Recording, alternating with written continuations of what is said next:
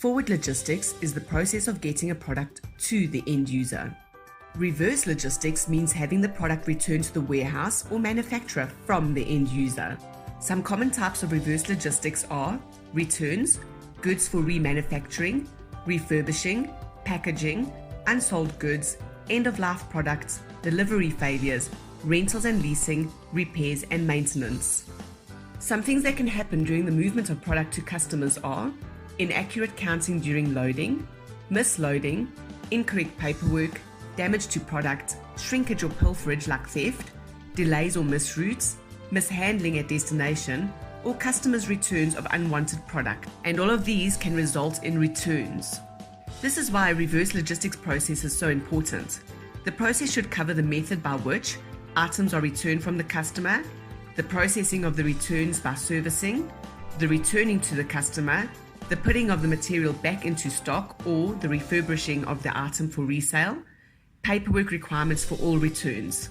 A lot can go wrong with reverse logistics, such as unhappy customers, third parties not focusing on returns, delayed lead times on returns, lack of trained personnel mishandling these returns, and insufficient document control.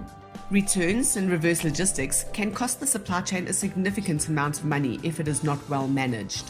Not only does this impact sales figures, but there are other costs to consider too, such as operational, transport and admin costs, inventory carrying costs, and of course the cost of a damaged reputation.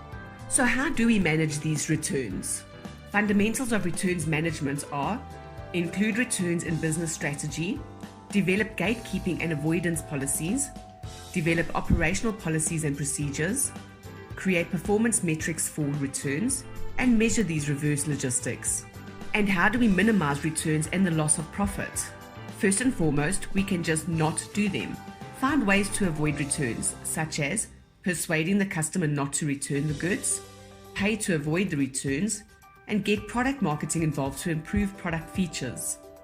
Secondly, streamline and automate the processes. Thirdly, look at making returns profitable for the company. Other ways to minimize returns and loss of profits include understanding reasons for returns in order to rectify it, credit clients' accounts quickly, inform purchasing about returns, ensure warehouses are prepared for these returns, and so forth. Now, it's important to not just view reverse logistics as customer returns requiring refunds. There are also ecological, environmental reverse logistics. This means taking products at the end of their life and reusing parts or recycling pieces, and so forth. The benefits to this is that we minimize environmental impact, lower our bills by reusing spares, have better control over our stock, and improve the corporate image and customer satisfaction.